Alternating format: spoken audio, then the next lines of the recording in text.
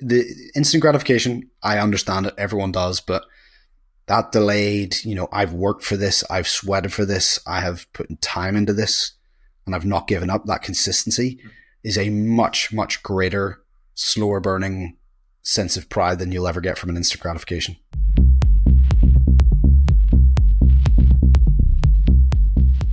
I was really hoping to get your thoughts, Ben, on why you're still going after these kind of high octane, high adrenaline pursuits, like pushing yourself outside of a comfort zone. I'm talking about what I saw of you kind of on the high wire across, it looked like a Scottish mountain. The drop was incredible. Yeah. What was still driving you to do these incredibly kind of stressful, out of your comfort zone activities? And secondly, what do you think most people would have to gain from pushing themselves outside of their comfort zone a little bit more? Are there kind of life lessons we can learn by challenging ourselves and putting ourselves out there? 100%. Well, one, I was paid to do it, so that helps. I mean, that takes the edge off, right? That definitely. I mean, to be fair though, Joe, I would have done that for free. I really would have. I kept saying, like, I said to the crews, I can't believe I'm getting paid for this. This is incredible. But the reason why I think it's important is because people are so much more capable than they realize. But without testing themselves, they're never going to find that out. Like if I never went to the gym, I would never find out how strong I could get.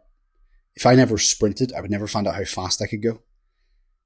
All these things that people are, and I understand, like we have this idea of, oh, I'm not going to be good at this thing, so I'm not going to do it. I don't know where that mindset has come from, this arrogance of this thing I've never done before. I need to be great at this or otherwise I'm not going to do it. My mindset is I'm going to try as many things as I can because I know that if I keep doing it, I will get better. But if I don't try it, I'm not going to get better. And honestly, the sensation of just accomplishment for me doing even just the slacklining, I learned how to slackline in a day. In just over an hour. But I again, the approach I took was one of, I'm not going to be good at this. In fact, I'm going to be terrible at this. So anything above that is a win for me. And I was just committed. Anytime I fell off and was trying to get my body, my natural instinct was to get angry, I laughed. I was like, what are you doing? Why are you getting angry? Like, why are you getting angry at this thing? You've never done this thing before. Why would you get angry at this? Don't be an idiot. So that's the approach I had of just, you cannot expect to be good at something you've never done before. So go into it fully expecting to be terrible. Anything other than that is a bonus. And I think more people need to push themselves out of their comfort zone simply because the feeling of pride and the feeling of being proud of yourself is irreplaceable. You could not, I mean, watching that documentary back, which I'm extremely proud of, the way it ended was exactly how I wanted it to end. I came into this highliner's life. The highlining is the thing that I was doing on this documentary, and basically it's, as Joe explained, it's walking on a very, very thin piece of rope across two fairly high up parts. That's where the highline comes from. But I was coming into these people's world who were very, very passionate about it. The last thing I wanted to do was me to turn up and be like, what you do isn't that impressive. I can do it in a day. I did not want that. I wanted to give it my best go. And as long as they, who had, this is their passion, this is their love, this is something they had dedicated their time to, their very precious time to, as long as I impressed them with what I was doing, I was happy. And they were beyond thrilled at what I was doing. And I was like, cool. These people who, this is their thing.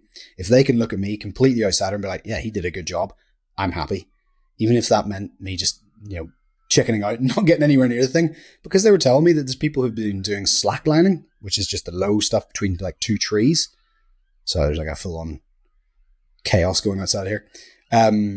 They had people who have been doing that for 10 years, slacklining, who would never even touch a highline. And they said the fact that you just turned up one day and just slid over that line that was 60 meters up, by the way, Joe, 60 meters. When you explain it to someone, they're like, it's not that high. Because when you think about 60 meters, you think lengthways, as in like from point A would be, if I said, oh, it's 60 meters up the road, you'd be like, I could jog there in 5 seconds. When it goes vertical up to down, dear Lord, it is a whole different ballgame. But yeah, the fact that I did that, the fact that I pushed myself when I really didn't want to, it gave me so much more than it took. And I think that's what it comes down to. It's really just a trade-off of, right, what is this going to take for me? And when you really think about it, it's going to take time, yeah, but you're doing something that's fun. You're doing something that you could potentially get really good at and take a lot from. So then when you start thinking of like that, it's like, well, I've got nothing to lose here. I've got everything to gain, nothing to lose. I'm coming into this with zero expectations of myself. You can't fail. I could not fail. Whatever I did, I couldn't fail. And that was the mindset I took into it. There were three things I took away from watching that, and I feel that that's where almost everyone else is going wrong, in terms of you didn't expect success straight away. You redefined what success was. It wasn't being able to do it better than anyone else, or even getting. It was simply the fact that you'd pushed yourself out of your comfort zone and attempted it. And third, you weren't seeking external validation. It was, I'm satisfied with what I've given here, and that for me is it. And I feel that a lot, maybe because of social media or the world we live in, a lot of people want success instantly. Yeah. They're fixated on the destination, not the journey, and they're only happy if a stranger notices them and appreciates it. Do you feel like would you take that away from it as well, as maybe where some people maybe aren't living the full, fit, happy life they are because they've misdefined what that should be? Yeah, it's something I talk to my clients a lot about. Is people are so focused on the outcome and they don't focus on the process. If you focus on the process, the outcome will happen. It can't not happen. And when you accept the fact that you're not going to be great at something at the start, and you're going to fail, and even then I've redefined failure as something that doesn't really exist, because to me, if you fail at doing so, let's say for instance, someone is trying to get more active and they say, right, I'm going to go to the gym 3 times a week. Cool, brilliant. I would suggest you do 2, because that's something you can definitely do. But if you don't make that 3rd session, instead of going, I failed, you look at it and go, why did I not get that? What did I do wrong? What did I do differently on those days that I did get to the gym, on the day that I didn't get to the gym? And then you can look back at it and be like, well, okay, I now have information from that.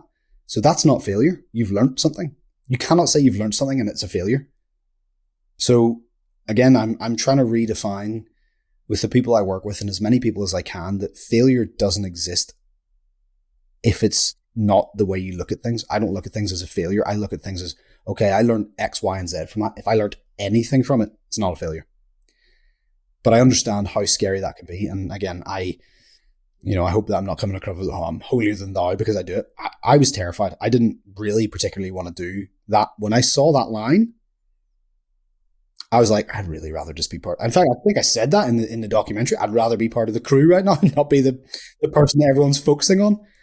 But, you're right. Like, there's this need for instant gratification. And again, I understand it because that's the way our brain's wired. Our brain wants these dopamine hits. We're wired to do that. And our entire society is now leaning very much towards that instant gratification. But there is nothing better, and I can say this from experience, there's nothing better than looking back over time, a long period of time, and being like, I'm so proud of what I did, not yesterday, but years ago. Like, I look back at my 16-year-old self who started training in the gym, and I'm so proud of that decision that he made because it got me to where I am today. Now, did I get jacked in like 1 day of training? No. 10 days of training? No. 10 years of training? No. 20. It's taken me 20 years to get to where I am.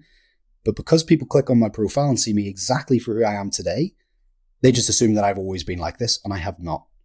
I was explaining this to a young guy in the gym the other day, and he's like, oh, you're in great shape. And I was like, yeah, well, I wasn't always. Like, I was too small to be picked for rugby teams. I was looked over for everything. But I use that as, right, this is the reason why I'm going to do what I'm going to do, because I want to prove to myself that I'm capable of far more.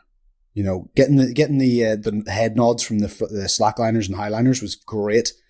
But honestly, even if they had said, oh yeah, it's not quite what I expected of them, that's all I could have given. I literally gave that everything I possibly could have given. So even if they hadn't have said that, which they are all very, very lovely people, shout out to all of them. They were really, really cool. Made that entire experience far more enjoyable than it could have been. Like, it was just incredible. And they made it more enjoyable than it could have been. But yeah, even if they had said, nah, I didn't do that well, I'd be like, cool. Well, I've never done this stuff before, so that's what I expected. So yeah, it's the instant gratification, I understand it, everyone does, but that delayed, I've worked for this, I've sweated for this, I have put time into this, and I've not given up. That consistency is a much, much greater, slower burning sense of pride than you'll ever get from an instant gratification. It's almost like, I think a lot of people have that fear of failure and they don't want to take that first step because they're afraid of what it might look like. Whereas, as you say, if you can put that to one side and focus on, or reframing it, it's not a failure. You've never done it before. I mean, everyone who runs a marathon, first time you're going to get a PB, right? It's the best way. Once you've done it, you've proved you can do it, and that's where you can go on. It's just making sure that commitment in the first place. You've done so much in your fitness career and in your life already, Ben. What's next? What's left? What are your big ticks that you need to do? Is in terms of CF awareness, in terms of research, in terms of any kind of lobbying you can do to make more resource available for research and treatment? What is still on your to-do list that has to be ticked off? Season 2 of Driving Force, which is in the works, which is amazing. Honestly, I just want to have fun. I want to have fun. I want to help as many people as I can. I want to continue doing what I'm doing. I want to get better at what I'm doing. I want to just have a life that is full of incredibly fun memories. Not necessarily even fun memories, just memories. I just want to be like, that's the one thing I've worked out from getting exposed to so many people, so many different cultures, so many different ways of living, all those things. When it comes down to it, humans just love stories. It's about, you sit with someone. The reason why someone is interesting is because of what they've been through. The stories they can tell you. And that's something I noticed very, very quickly. I was like, oh my word. So it's really just, at the end of the day, stories that you can tell people and what then they can take from those stories. Like, yeah, I did this thing that led me to here. And that's because I did this. I pushed myself outside of my comfort zone and it led to this incredible. Now, it may have not immediately had a payoff, but because I did this, that then introduced me to this person who then, perfect example of this. I had a message on Instagram, a comment on one of my Instagram posts from a girl called Becky. A woman called Becky, sorry, not girl. A woman called Becky. And she said, would you like to do more public speaking for cystic fibrosis? And I said, yeah, of course, that would be amazing. I would love to do that. It's a great way for me to spread awareness.